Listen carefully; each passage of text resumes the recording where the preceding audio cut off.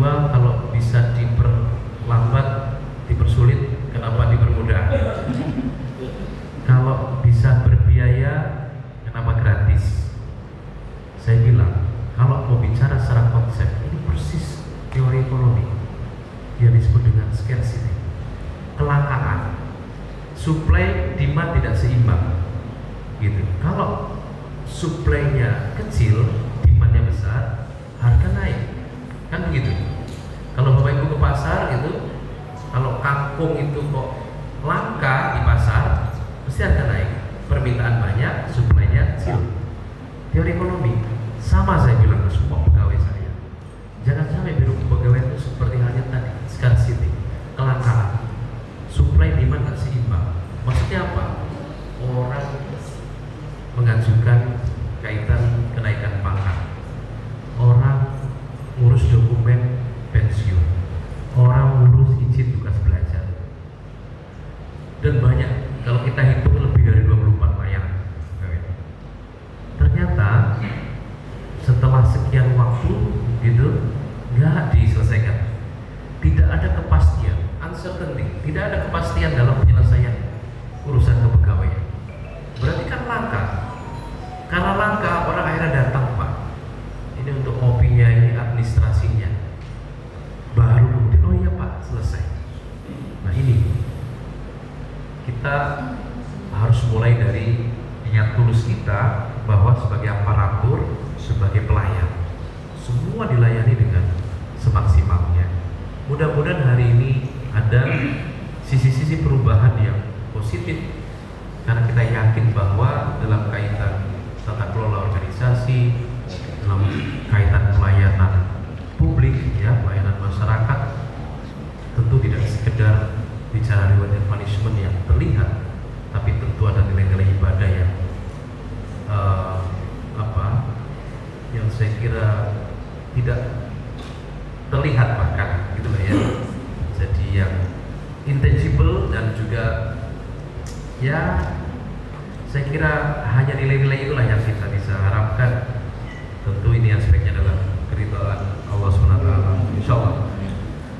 Nah, perlahan Bapak sekalian, saya ingin sampaikan tadi agak ringan sedikit, ini agak berat sedikit. Ternyata tidak mudah untuk menggerakkan organisasi itu untuk masuk kepada satu visi yang kita harapkan betul-betul organisasi itu bergerak ke arah yang benar. Karena ibarat ini adalah penumpang ini tujuannya ternyata ke berbagai macam arah. Untuk dijadikan satu arah tujuan perlu ada penyamaan persepsi, perlu ada interrelasi, perlu ada komunikasi dan seterusnya. Nah karenanya Bapak sekalian, saya ingin mengingatkan begini, ada yang disebut dengan penyakit birokrasi, patologi birokrasi.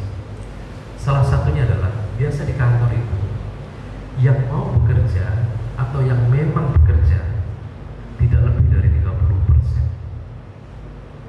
Ini insya Allah di Kemenak sini nggak ada. Insya Allah nggak ada. Ini di Kemenak yang lain. 30% itu pun kantor sudah bisa jalan. Nah yang 70% makmuman oleh Allah, ngikut saja terima gaji sudah jalan. Nah tentu Bapak Ibu, maka sekarang muncul perubahan-perubahan kebijakan yang cukup mendasar, yang cukup fundamental terkait tata kelola organisasi dan juga terkait tata kelola sumber daya manusia atau aparatur sipil negara. Nah ini temanya agak berat sedikit nih. Undang-Undang Nomor 5 Tahun 2014 misalnya, Undang-Undang Aparatur Sipil Negara, itu sebenarnya adalah payung hukum regulasi yang merubah arah transformasi organisasi publik dan juga sumber daya manusia aparatur. Apa cirinya? Jadi sekarang ASN itu hanya tinggal 2 jenis atau 2 status, PNS, P3K, pegawai negeri sipil, pegawai pemerintah dengan perjanjian kerja. Di luar itu bukan aparatur dalam konteks undang-undang ASN, kan gitu. Yang kedua, kelola birokrasi itu bergerak menggunakan pendekatan yang disebut dengan meritokrasi, sistem merit. Ini kalau ada penghulu bukan sistem perkawinan, ini bukan. Tapi meritokrasi itu adalah bagaimana organisasi digerakkan secara adil. Jadi treatment kepada seluruh ASN harus adil.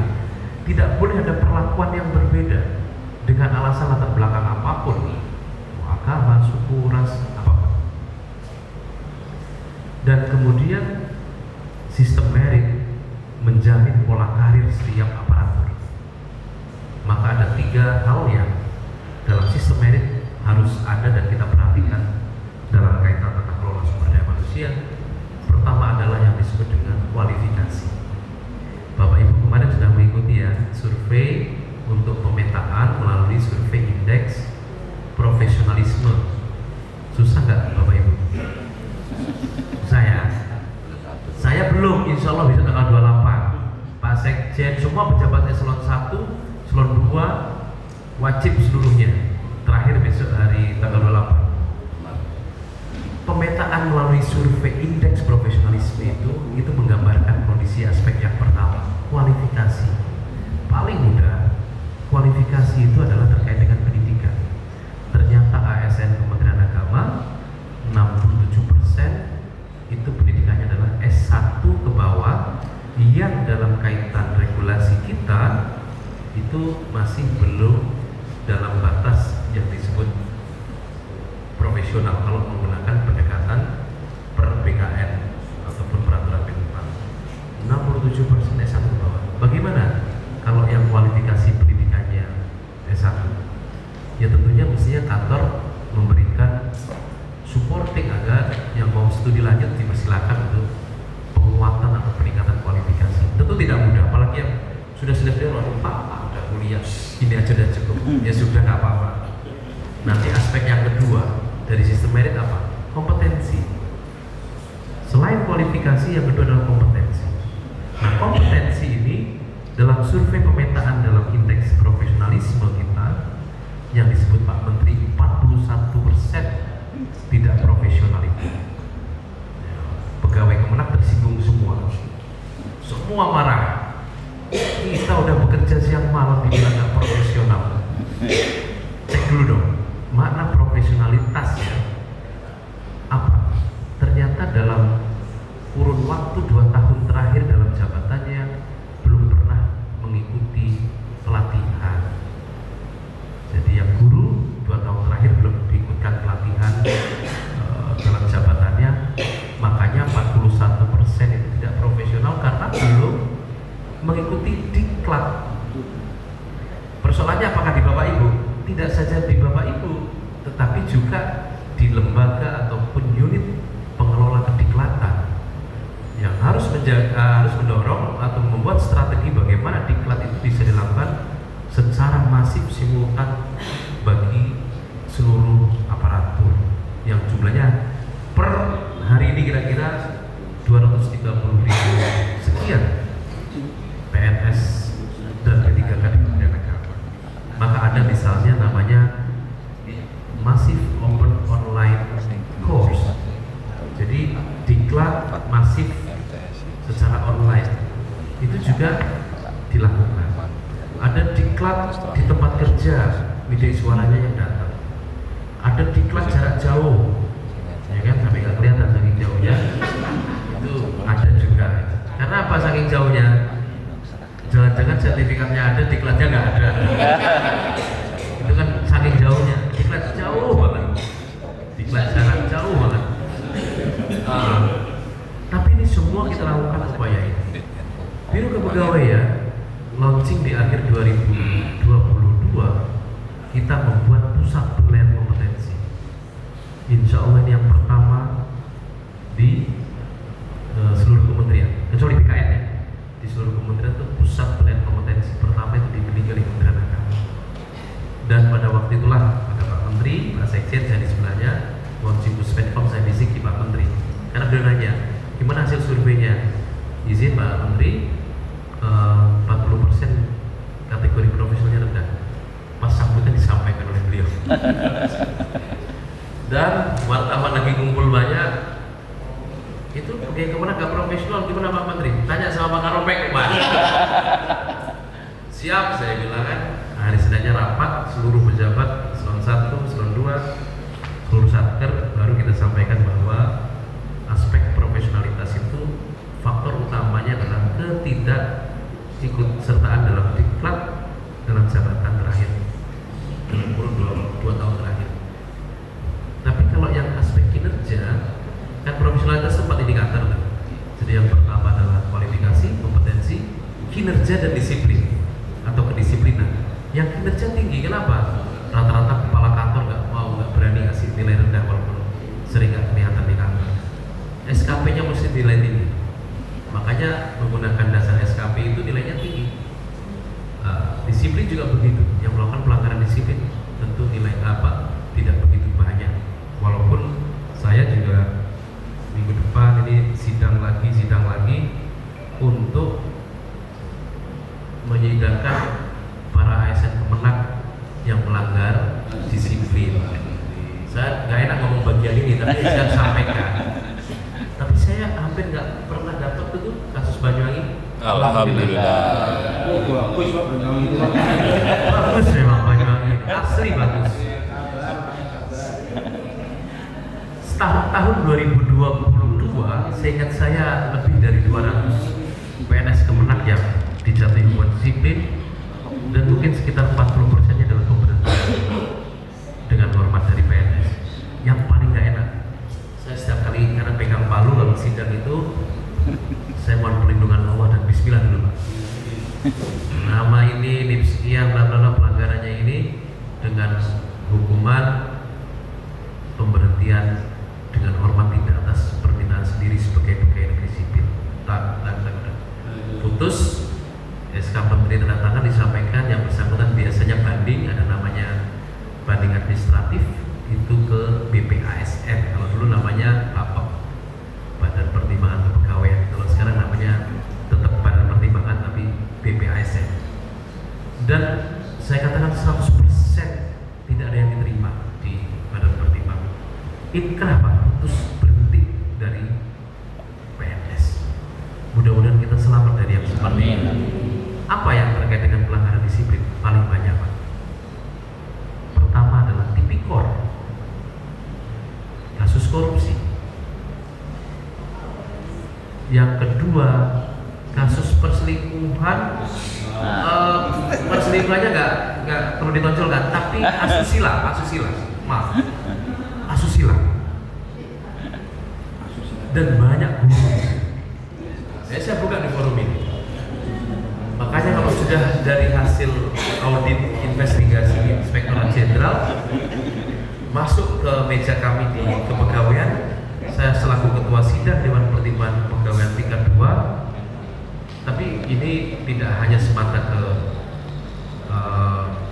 aparatur ya Bapak Ibu, yang pejabat eselon 1, 2 pun kami sidangkan, tidak ada yang terbuka. Ya. Jadi ada DPK Dewan Pertimbangan Kepegawaian tingkat 1, Sekretaris Jenderal selaku ketua sidang, saya Kepala Biro Kepegawaian selaku sekretaris.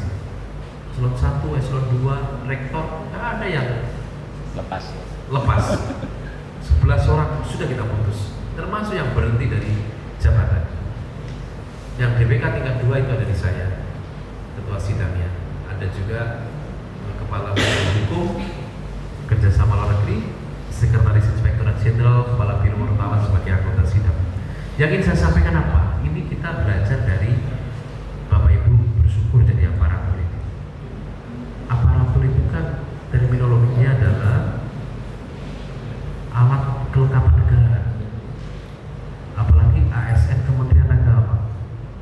Kementerian Agama ini vertikal, instansi vertikal. Bapak Ibu yang jadi guru atau apapun, pegawai pusat, bukan pegawai daerah. Saya berharap tidak seperti DKI Jakarta yang guru-guru pendidikan agamanya pada minta pindah ke daerah karena TKD-nya besar. Tapi di daerah lain pada minta pindah ke Kemenak karena ada uang makan dan seterusnya katanya.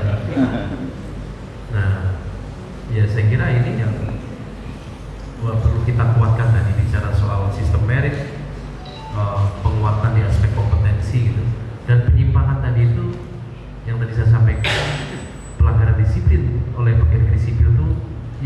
ketiga yang agak menonjol itu terkait netralitas. Ini saya ingatkan, netralitas ASN. Jadi yang 2019 pemilu banyak sekali ASN kita itu ada pengaduan terkait netralitas. Yang begini kena semua. Semua. Dan itu banyakkan dosen di medsos apa dan seterusnya. Jadi kita hati-hati untuk berkomunikasi melalui media sosial karena kita aparatur. Saya ingatkan tadi, kita ini aparatur. Jadi menjadi aktor utama, alat kelengkapan negara. Karena kita menjadi alat kelengkapan negara, kita semua ini adalah aktor-aktor utama perangkat bangsa, aktor utama kerukunan. Jangan sampai menjadikan masyarakat semakin tidak rukun. Nah, apalagi tahun politik seperti saat ini. Kalau kita punya partisipasi politik, nanti disalurkan untuk nyoblos saja, sudah. Di luar itu nggak usah untuk hadir, memberikan like, apa jempol, apa kepada calon, apa dan seterusnya. Kalau nggak ada yang ngadu mungkin itu selamat. Kalau ketahuan, saya sampaikan ini hukumannya berat. Hukuman berat itu ada 3. Kalau dalam konteks PP 94 2021 tentang disiplin PNS, pertama adalah penurunan jabatan setingkat lebih rendah. Kalau guru ahli madya turun jadi guru muda, ya. Kalau dia pengawas madya turun juga jadi pengawas muda, gitu. Kalau kepala kantor Kemenak, seingat saya hampir 10 orang kepala kantor Kemenak yang turun jabatan jadi eselon 4 dan ada yang jadi staf. Alhamdulillahnya di Jawa Timur ada. Tahu ya berarti ya. Nggak enaknya saya yang ngidang gitu. Nah ini saya kira perhatian buat kita bahwa aparatur itu ya ini. Tapi ini bukan berarti kita terus merasa nggak bisa bergerak. Justru kita ini tokoh Bapak Ibu.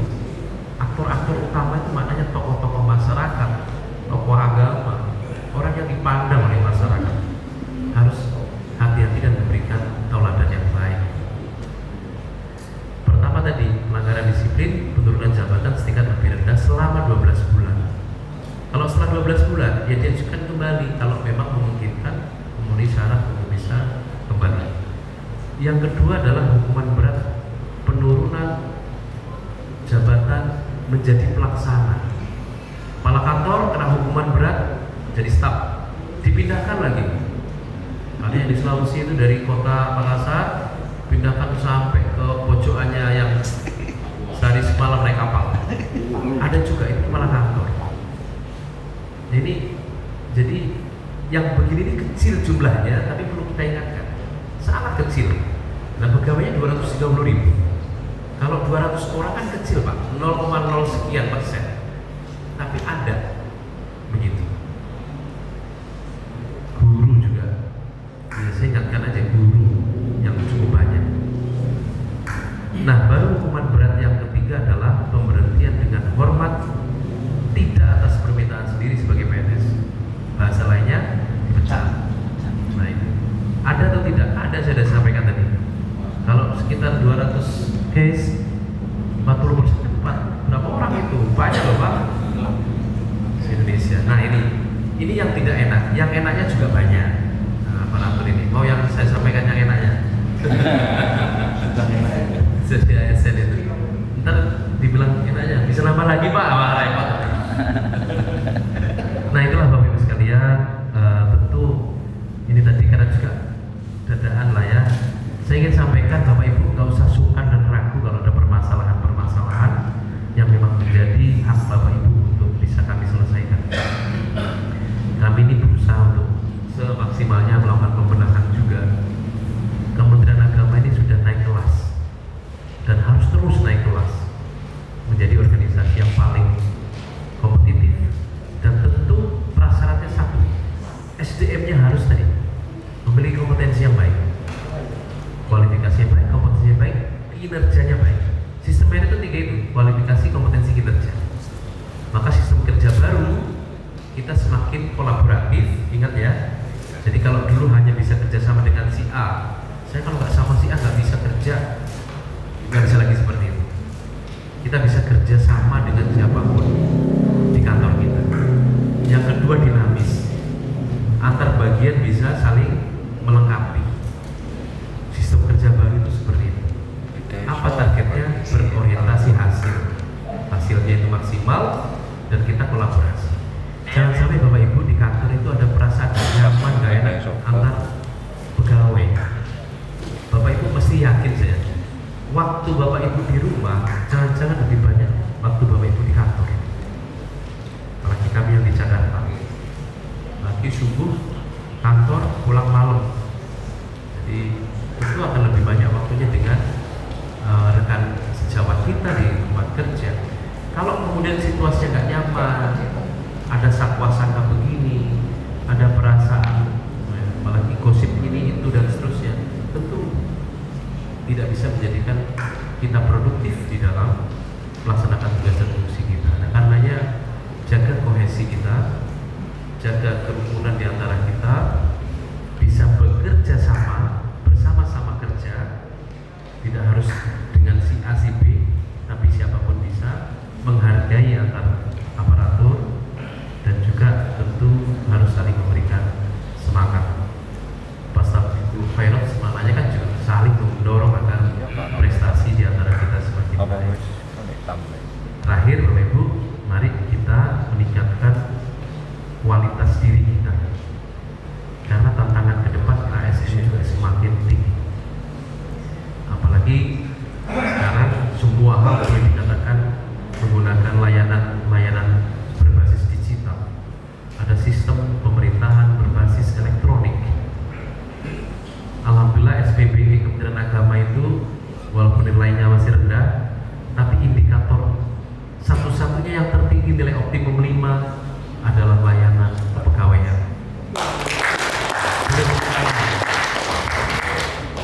Dan prestasi tahun 2021-2002 sistem merit Kementerian Agama dari kurang bahkan sebelumnya buruk menjadi baik 2021, baik 2022.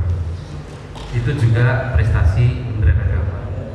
Aspek yang berikutnya adalah dalam survei indeks berakhlak, hanya ada 3 kementerian yang sebagai best starter. Salah satunya adalah Kementerian Agama, dan itu penghargaan yang diberikan oleh instansi lain. Kalau kita menghargai diri kita sendiri, nggak terlalu percaya kita. Tapi ini adalah Kementerian Pan-RB, BKN, lembaga yang lain memberikan penghargaan. Dan terakhir survei kemarin Bapak Ibu, saya mohon izin, kita Kementerian Agama juga tercatat dalam Museum Rekor Indonesia untuk 2 kategori, yaitu survei untuk indeks profesionalisme dan survei moderasi beragama dengan menggunakan CAT pertama kali di Indonesia. Sekarang yang jadi tantangannya adalah bagaimana menaikkan RB kita agar Bapak Ibu semuanya di Kementerian Agama yang tunjangannya naik. Amin. Amin. Tujuan utama. Yang ditunggu itu. Diharap-harapkan. Jadi kalau ada kendala-kendala apa soal kepegawaian ini namanya Bapak Ibu mohon bisa berkomunikasi lewat di Kementerian Agama Kabupaten Kota, bahkan langsung dengan kami pun kami akan respon apa yang dapat kami bantu. Apalagi menggunakan sistem digitalisasi, orang bisa men-tracing urusan apa yang belum terselesaikan, kurang apa silakan untuk dicek, untuk diperbaiki. Kalau misalnya ini kok sampai di sini belum terselesaikan, padahal SOP harus sekian waktu, tentu ini akan kemudian dituntaskan, karena memang jangan sampai ada pelanggaran terhadap standar operating procedure dalam penyelesaian layanan-layanan termasuk di kepegawaian. Insya Allah semuanya akan semakin baik, dan Kementerian Agama Kabupaten Banyuwangi ini kita harapkan betul-betul menjadi unit kerja atau satuan kerja yang kompetitif di antara pemenang utamanya mungkin di Jawa Timur ya, di Jawa Timur ini. Amin. Amin. Demikian Bapak Ibu sekalian, ini bukan ceramah Islam Mi'raj tapi perkenalan dan silaturahim saya